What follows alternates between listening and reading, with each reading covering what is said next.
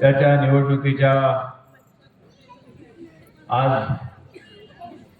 गेले 15 दिवस पायाला भिंगरी लावून सर्वजण प्रचार करत आहेत आणि आज तसं पाहायला गेलं तर प्रचाराची सांगता सभा या कालभैरवनाथच्या पावनभूमीमध्ये संपन्न होत आहे।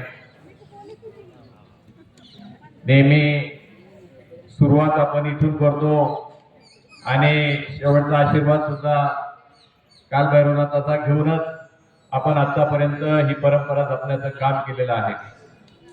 त्या निमित्तानं व्यासपीठावर उपस्थित असलेले आपल्या सर्वांचे नेते आणि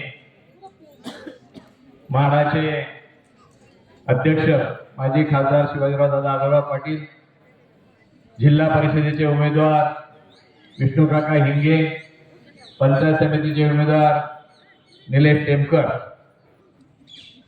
आज या जिल्हा परिषद गटातून आणि पंचायत समिती गणातून आपलं नशीब आजमावत आहेत। गेले कित्येक वर्ष आंबेगाव तालुका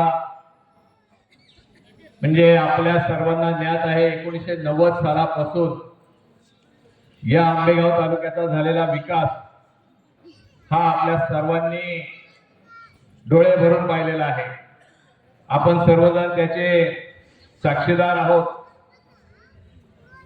मग नामदार वळसे पाटील साहेब असो, शिवाजीराव दादा आहेत, या दोघांच्या जोडीने टप्प्याटप्प्याने सुरुवातीच्या काळामध्ये खूप त्रासातून या आंबेगाव तालुक्याचा कायापालट करण्याचा प्लॅन तयार केला गेला आणि खऱ्या अर्थाने जो काही शाश्वत विकास म्हणतात, आनंदराव शिंदे मगाशी सांगत होते, खरा शाश्वत विकास जर झाला असेल तर माननीय नामदार दिलीपराव वळसे पाटील साहेब आणि शिवाजीराव दादा आढळराव पाटील यांच्या ह्या प्रेरणेतून खरा शाश्वत विकास झाला। आंबेगाव तालुक्याचा विकास होत असताना खरी गरज होती आपल्याकडे कुठेही पूर्वीच्या काळामध्ये जर आपण पाहायला गेलो तर दुष्काळी तालुका म्हणून या आंबेगाव तालुक्याची ओळख होती। पोटाची खळगी भरण्यासाठी बरीचशी मंडळी पुण्या मुंबईला जात होते।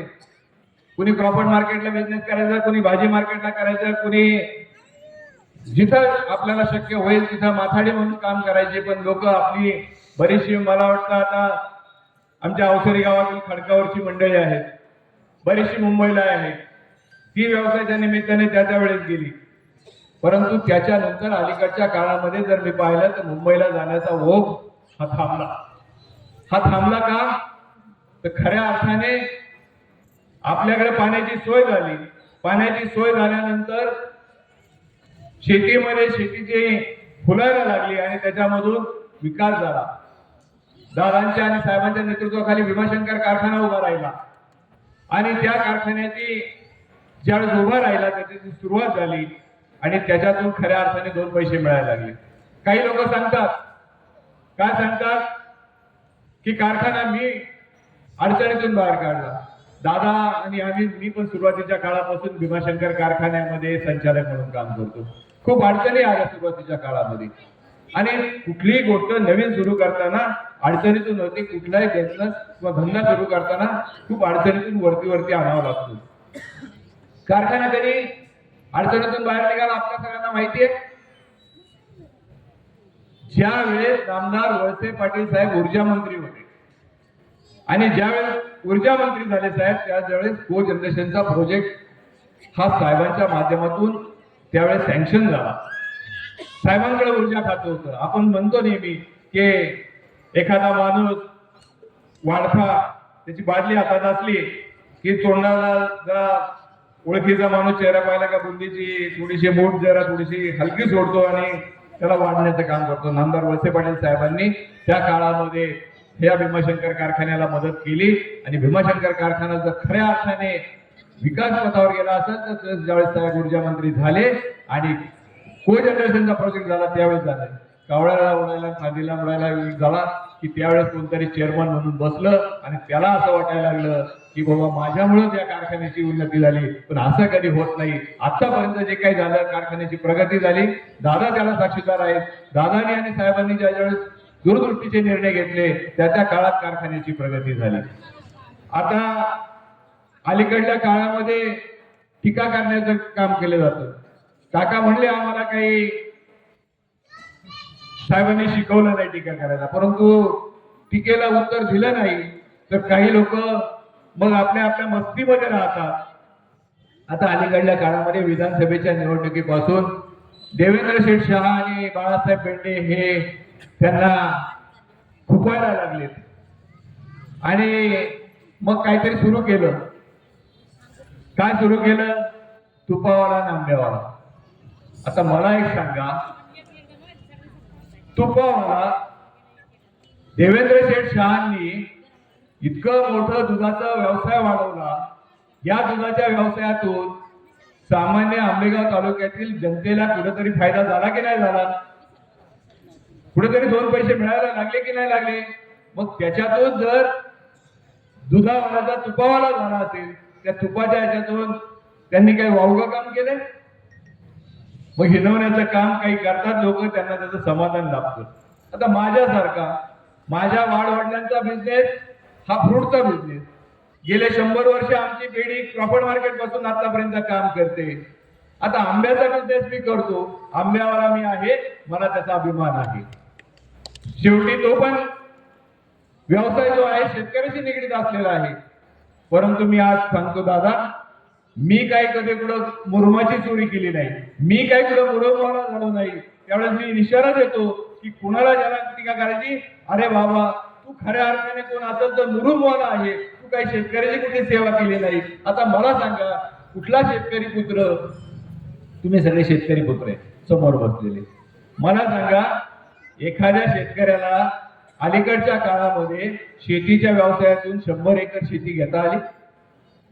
एक जण उठून उभा दाखवा की मी शेतीचा व्यवसाय करतो आणि माझ्या शेतीच्या व्यवसायातून मला 100 एकर जागा घेता आली. आणि कोण करता ही शेत? लोकांना काय भुलताप करता? लोकांना कळत नाही. निवडणुकीला उभे राहता, निवडणुकीला सांगता लोकांकडून आपलेच पैसे वाटायचे कोणाला तरी सांगायचं, आणि सभेत उभं राहताना कुणीतरी 2000 रुपये आणून दिले, कुणीतरी 5000 रुपये आणून दिले सांगायचं आणि मला म्हणायचं की लोकांनी मला. त्यावेळेचा किसनराव बांधलेंचा काळ वेगळा होता. अण्णांना लोक द्यायची, तर तुम्हाला कोणी असं दिलं नाही, आम्हाला माहिती आहे याच्यातलं खरं उभी. आणि मग ज्या वेळेस निवडणुका झाल्या, खासदारकीला दानांच्या मागे उभे राहिले, दानांच्या त्या काळामध्ये उभे राहिले होते. खासदारकीची निवडणूक संपल्यानंतर लगेच दादा नवीन सातबारा तयार झाला. कसा झाला? मग निवडणुकीला उभा राहिलेला एखादा उमेदवार निवडणुकीच्या नंतर महिन्याभरात शेती घेऊ शकतो. परवाच्या काळामध्ये सुद्धा विधानसभेला खासदार उभे राहिले आणि मग त्याच्याच काळातून लगेच नंतरच्या महिना 1.5 महिना काळामध्ये शेतीला लगेच नवीन शेती घेतली गेली. हे काय लोकांना कळत नाही? लोक काय दूधखिडे आहेत? मी अलीकडच्या काळामध्ये पाहतो, लोक आता म्हणायला लागली की आमचा थोडीशी चूक झाली, आम्ही थोडासा वाहवत गेलो. संजू शेठ, लोकांना असं वाटायला लागले आता की आपली त्यावेळेस झाली ती चूक झाली, थोडस भावनेच्या भरामध्ये आम्ही वाहवत गेलो. परंतु आता तुम्ही सगळ्यांनी निर्णय ठामपणे घेतलेला आहे की आता झालेली चूक आता ती दुरुस्त करायची. काय केलं? नामदार वळसे पाटील साहेबांनी असं काय चूक केली होती?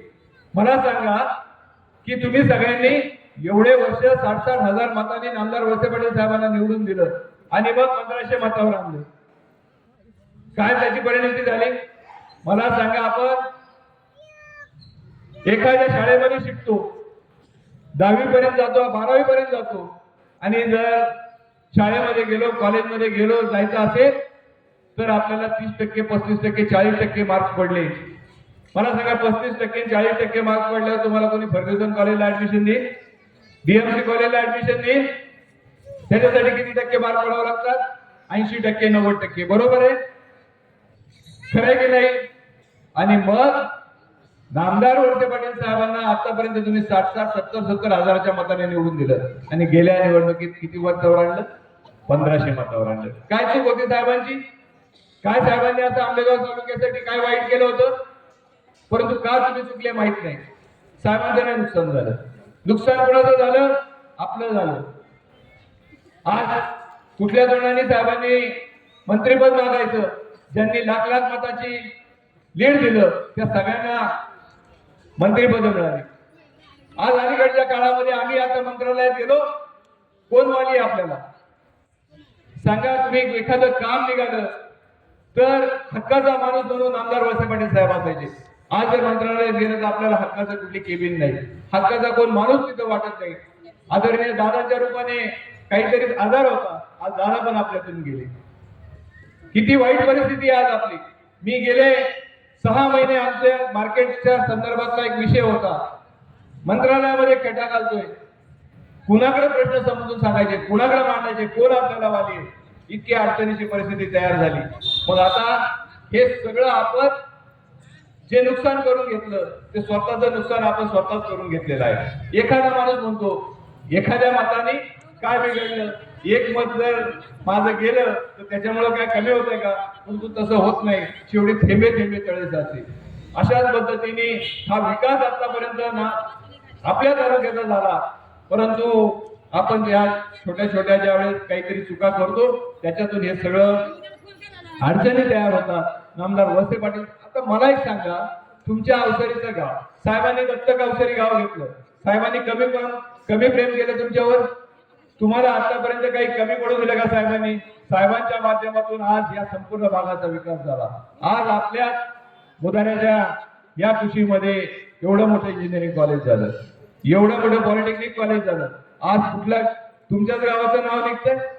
महाराष्ट्राच्या कुठल्याही कानाकोपऱ्यामध्ये जर गेलं तर गव्हर्नमेंटचं इंजिनिअरिंग कॉलेज जे आहे ते कुठं आहे? अवसरीच्या जवळ.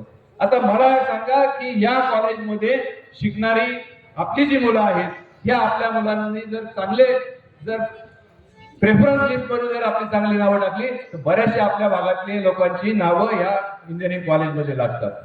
मी तुम्हाला सांगतो, मगाशी बोलताना मी ज्यावेळेस तुम्हाला हे सांगत होतो की पूर्वीच्या काळामध्ये लोक पुण्या मुंबईला जायची, आता सुद्धा जातात, पण आता कोण जातात? आता सहज जर लग्नपत्रिका जर पाहिली दादा आणि आपण जर लग्नपत्रिकेची नावं वाचायला लागली तो मुलगा इंजिनियर झालेला, मुलगी इंजिनियर झालेला, घराघरात आपल्याकडे बहुजन समाजाची मुलं आणि मुली इंजिनिअरिंग झालेली मिळतात. तुम्हाला सांगतो, चांगल्या जर इंजिनिअरिंग झालेली मुलं जर असली तर एका मुलाला लाख लाख रुपये पगार, मुलीला लाख लाख रुपये पगार मिळतो. हे सगळं कशामुळे झालं? हे तुम्ही ज्यावेळेस शेतीतून चांगले पैसे कमवले, आज शेतीतून कमवत असताना त्या पैशाच्या माध्यमातून तुम्ही सगळ्यांनी काय केलं तर आपल्या लोकांना आपल्या मुलांना शिकवण्याचं काम केलं. मुलं इंजिनियर झाली, मुलं चांगली झाली, आज घराच्या माध्यमातून आज त्या घरामध्ये चांगल्या पद्धतीचे 2 पैसे यायला लागलेले. आज हे सगळं होत असताना आज सगळा विकास जो आहे तो कोणाचा आहे? हा खरा शाश्वत विकास आहे.